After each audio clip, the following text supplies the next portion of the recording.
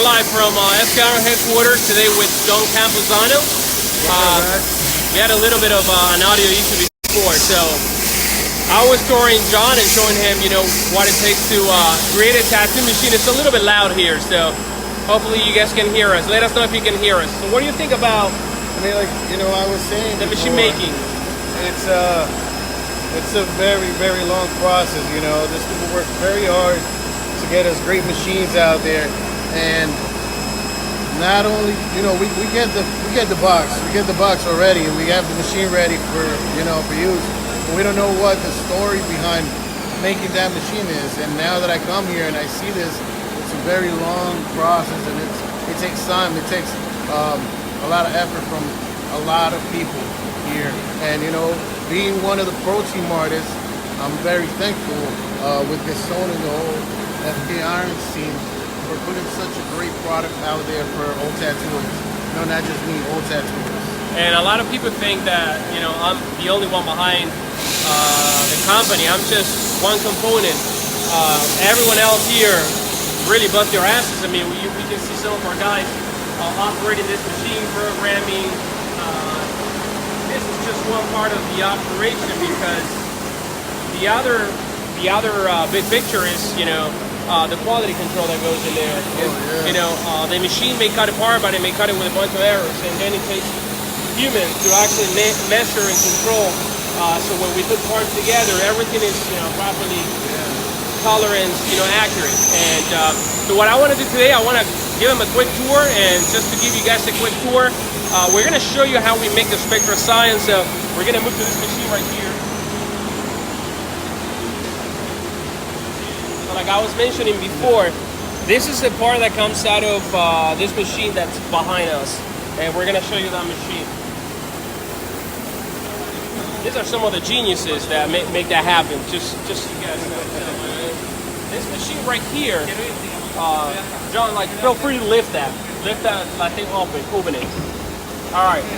So right there, you guys can see what it used to be a piece of pipe, a piece of aluminum, a rod of aluminum, now converted into something that's looking like this part that I have here in my hand. You guys can see it doesn't have any engraving or anything like that, but this is the machine that does the first operation of this part. Then this part goes to another machine where we do a second operation. I don't know if they're doing it right now, but I'll show you. Let's go this way. What I was telling you before, all this dimension have to be controlled in order to call this part a good part. If not, it gets tossed. That's a lot of work. That's a lot of work. Yeah, it's a lot of work. So once we are done with this, then we move to this other machine back here, the same part.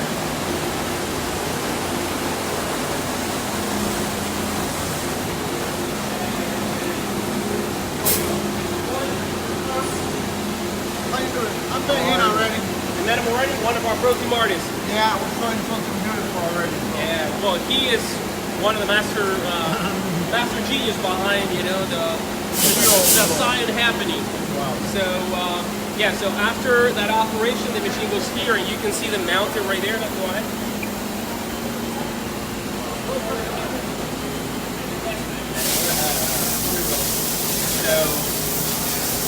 So then how many can go in at a time? At a time, how many do we put at a time for? 8? 8 pieces. Wow. 8 pieces at a time. So this machine will finish off the part, and once we get this part done, it goes to measuring. It goes to measuring again. So we have 2 stages of measuring over there. I mean, we have 1 stage of measuring there, and then we have another one, which is the quality control of this operation. Once this is done, it goes to buffing, which is this room right here.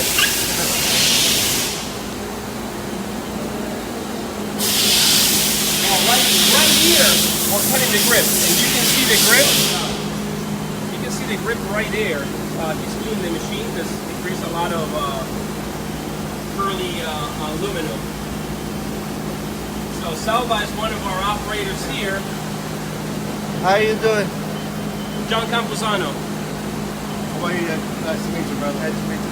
So he makes sure that this machine is running and cutting the part, and And if a tool breaks, they have to replace the tool because that's very frequent, that tools break.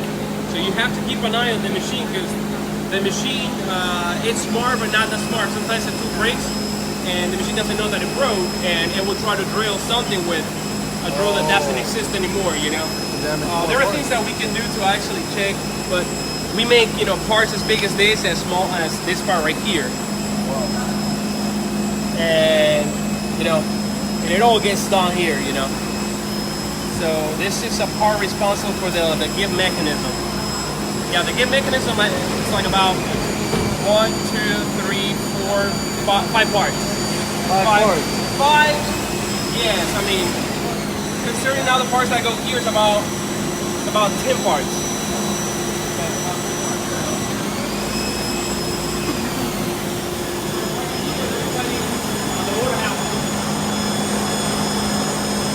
I'm gonna cover some of the dimensions, but that's the motor housing right there.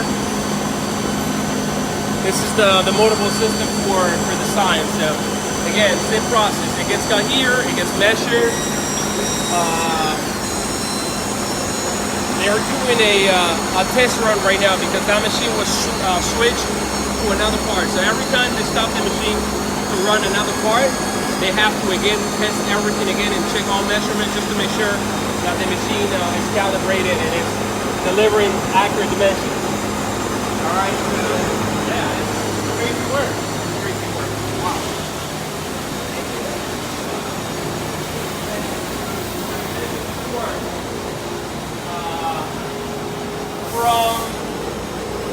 From here and there, once everything checks, you go over here.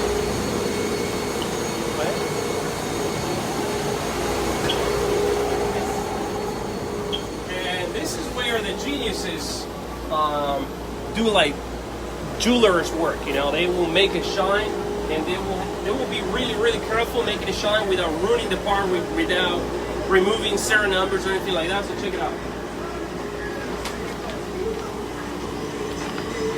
So right here we have, as you can see a raw part. This is Levi. This is the supervisor of this department right here, and that is the polished part. Of course, still dirty, but that's another step where it gets clean, detailed. And you can compare here, straight out of the machine, sharp edges and stuff like that. And let me show you the difference. What you see right now is the compound that they use to polish it. But again, from polishing goes to detailing. And that's another department in the other warehouse where they will make this thing, remove all the compound and detail it even with toothpicks to remove, compound from the creases. So here you can compare straight from the CNC and after the part has been polished. And if the part is not polished this way, when we anodize it, it doesn't look like that candy, nice color. It looks dull. So that's why, everything is buffed. And also to, allow to more comfort, because imagine if it would be, all sharp. So grab this and grab that. Yeah, go right away. You know what I'm saying? Sharp edges, yeah. Still keeps the shape very well. Exactly. So there's a lot of finishing in the design that gets done by hand. So can you show us one? So this is a little bit of the process that goes.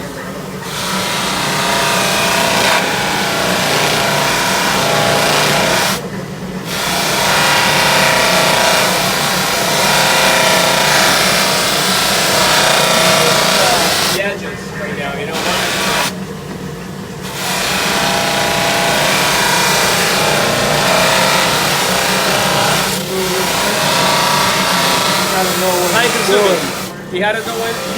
He could easily ruin the part by overdoing it or overheating the part. That raises the temperature of the metal really, really high. So, as you can see, now he killed all the edges. You can compare again what it was a couple of seconds ago versus that. Now I'll show you all the parts. Thank you guys.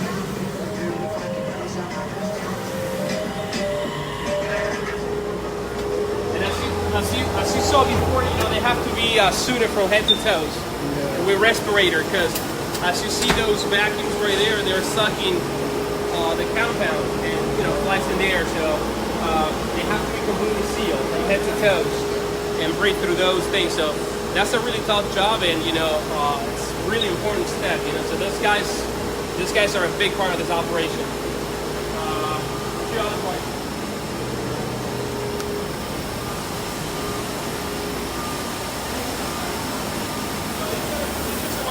That we use right here to do sliders, to do give knobs, to do ratchet, disc. You know, these are some of the familiars that are non-metallic materials that we use. So this machine can cut either metals or plastic or even wood, all kinds of metals. Yes. So we're setting up the machine for a job right here. We're actually working in this machine, the slider. This is the slider of the Spectra Scion. So this machine does that.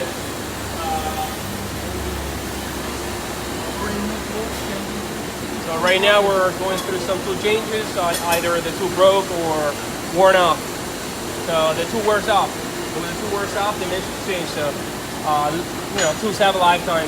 You don't only have to be on top of the piece, but the machine. You're gonna be on top of the machine. You're gonna be controlling every single tool you have, and making sure that you're meeting the tolerances. You know, so that's why you're gonna see prints without showing too much. That's why you're gonna see the prints, because they live like this. You know, they can care less what that part does, as long as those dimensions are maintained. We're good. We have a good running machine. So that's that. Here we have a Spectra Halo raw. So this will go under the same process over there. Again, the whole shop right now is cutting parts.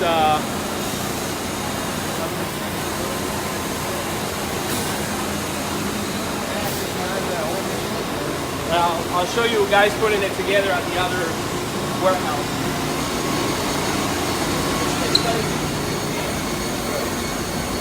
Cutting the body, what am I saying? We cut every single part right here. And sometimes we have to batch them out. So they say do a couple of thousands of this, stop and put another part, because the Scion uses probably parts that we manufacture in-house, about 15 parts. We have 12 CNC machines. We're about to get 2 more. So even if we want to use every single machine, we still don't have enough machines to manufacture, you know, to manufacture one part per machine. So you know, a lot of the times we gotta batch them out. So let's say 2,000 of these, stop, load the machine with another part, you know, and load the machine with another part. You know, eventually we would have a lot of CNC machines, but as you see, you know, those monsters are very, very expensive. And they're monsters. You said it. Yeah, they're monster, man. And you know, even to move them, or if we want to move them, like we're gonna do right now to bring the other 2 machines, we gotta bring like gigantic trucks and forklifts and stuff like that. So hopefully someone is gonna open. We just got locked out. I mean, I should have my key. Oh, I do have my key actually. Here we go. Because I usually don't have it. Goes first. Ladies first. So now we're going to go to that one over there. So let's go right here. Let's go through here. Customer service. You've been here before, right? So these guys answer every single call. They give customer service. Rob, for example, even helps out with some of the videos editing. You know, so you can see we always have the video rig ready to go. Chuck is our supervisor here. Kimberly is the purchasing agent for Dark Lab Tattoo Supply, which we're about to launch pretty soon in 2018. And let's go over here. So the other place was super noisy. This place is super quiet. Everyone is super ultra focused. This is where the machines get put together. So we have 18 builders here. So we have 9 and 9. Wait, how many? 18. So we have 9 and 9. But I'll show you this line. This is the line working on the second side. Now we have the bodies anodized. So this body had undergone the tolerancing, measurement checking, polishing, and it went to the anodizing facility, which is not here in Miami, and it came back. And when it came back again, we checked everything just to make sure again, and start pre-assembling the part, you know, the ratchet, a couple of O-rings there. So once we have the part clear, she will start the assembly process. A lot of the times we have a builder building a machine in a straight line, and a lot of the times they would do a portion of the building and roll it over to the next builder. And I think that's what they have going on, if I'm not mistaken. We have Yuma. She's been building Scion since day one.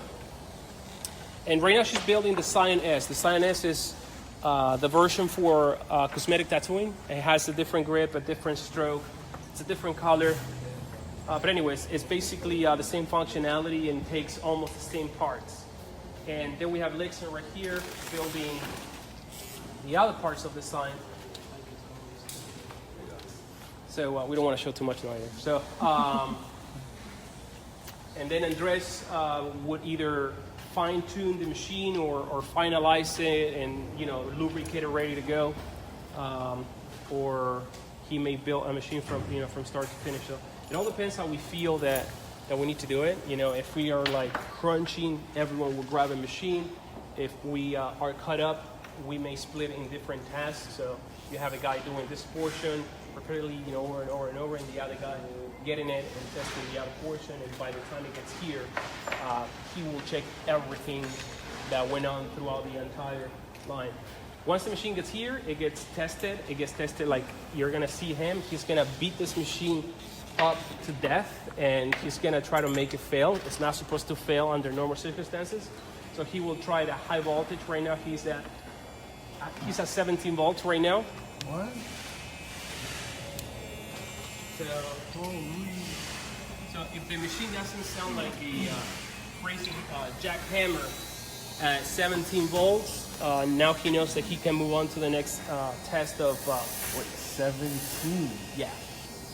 Because we know people are gonna do what's not supposed to be done, so we do that, and just to make sure that, you know, everything is good. So you not only have to design a machine for normal tattooing, you also have to design a machine thinking there are people that are going to do a lot of things that they're not supposed to do with a machine, and we're going to try to avoid that machine breaking when that happens. So that's why they will put the machine through all the don'ts basically before it ships to a tattoo artist. Now the machine is running, you can even hear it. I know.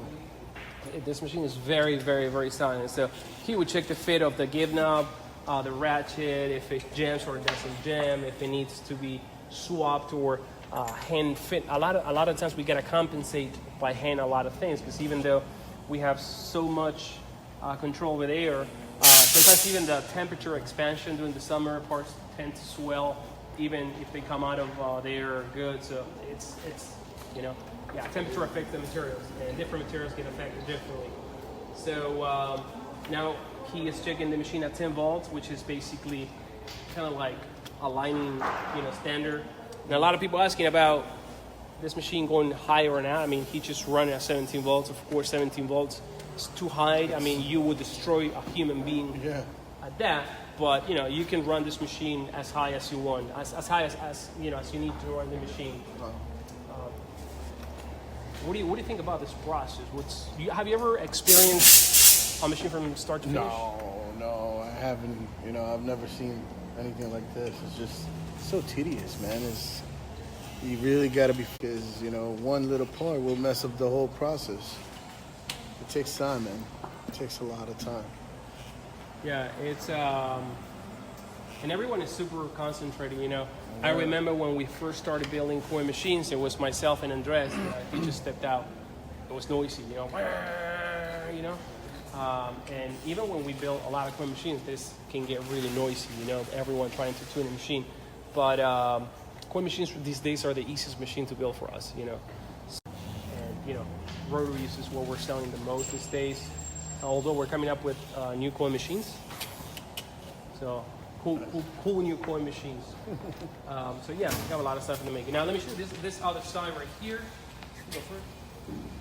So big part of our crew are the ladies, man. The ladies are, you know, the ladies can do a lot of things precisely and stick to it more than guys, right? So they are doing like a lot of smoke assembly, you know. So they're checking, and everyone here needs to know how to use, you know, basic measurement tools like calipers, micrometers, and stuff like that. So she's building the cams right now. These little parts right here. This is what allows the displacement of the needle, and we have them in different sizes. So before assembling or putting a bearing, she's gonna check that the shaft has the right tolerance, so we don't blow up a bearing or causing it to jam. So they even do quality control when they assemble. David right here, he's working on coin machines. See what I'm saying? Old school coin machines. So he's prepping them up, getting them ready for assembly. He winds the coils as well. Solder the coils, the whole nine yards. So over here, we're prepping the motors for the Spectra Scion, and Raphael is again checking.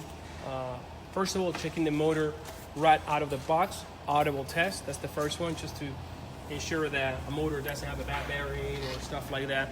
Which I'm going to tell you something, guys. It does happen that motors have bad bearings. So we do an audible test, and then we do a test with the power supply where we measure how much current a motor with no load is drawing. So if the motor with nothing is consuming amps, drawing amps, that means that something is wrong with the motor. And yes, and it does happen that sometimes we have to put motors aside and replace them. But you know, this is why, you know, we have implemented this step on our quality control, just to ensure that the motor is healthy. Even a brand new motor out of the box can have problems, you know.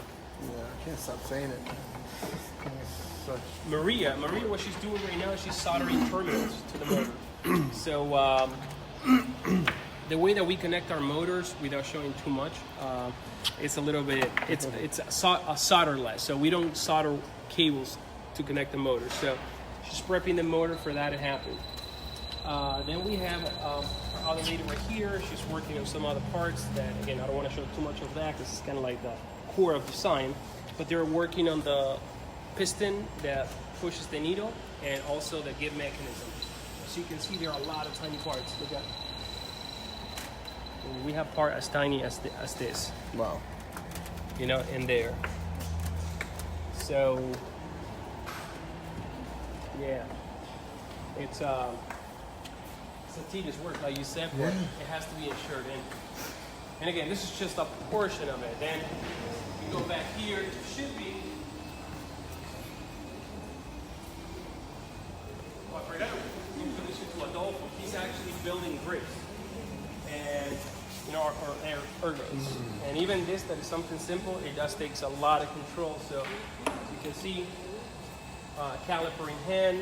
He's got to ensure that things are on the dot before putting something together. Here we have some anodized grips.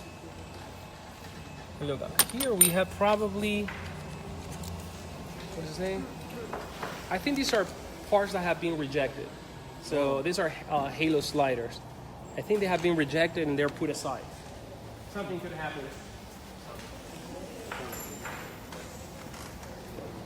Let me show you this. This guy's right here. Remember that I told you about detailing? He's from the other side where they detail the part after it's buffed. They would clean it with mineral spirit and take all the grease, all the compound, and if something has to be detailed, they will use even toothpicks before going to anodizing. So buffing it over there is not just yet. Then you have to clean it. Yeah. So right here you can see the shelves. This is where dark glass practice supply is going to be run from. It's going to be all this area and all this area. You know, we still have. What is this going to happen next year? Yeah, early next year.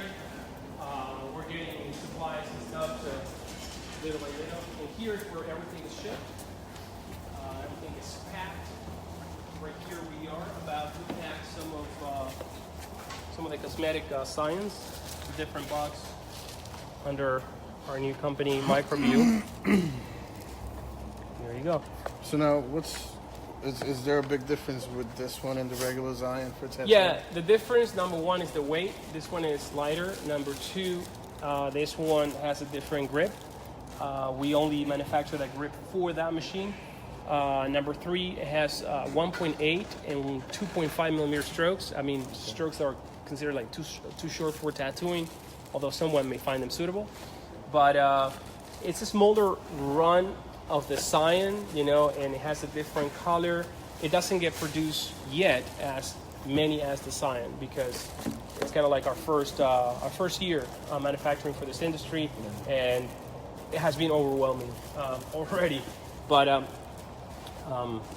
it's a different machine, and I don't think you can get at fcounters.com. It's only available through microview.com, which is our website dedicated for cosmetic tattooing, you know, and for real restorations, you know, eyebrows, nipples, and all that stuff. So this is shipping in.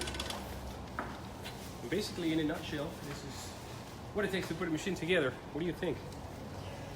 Whoa. It's overwhelming. Too much. Too much, man. It's a lot of work.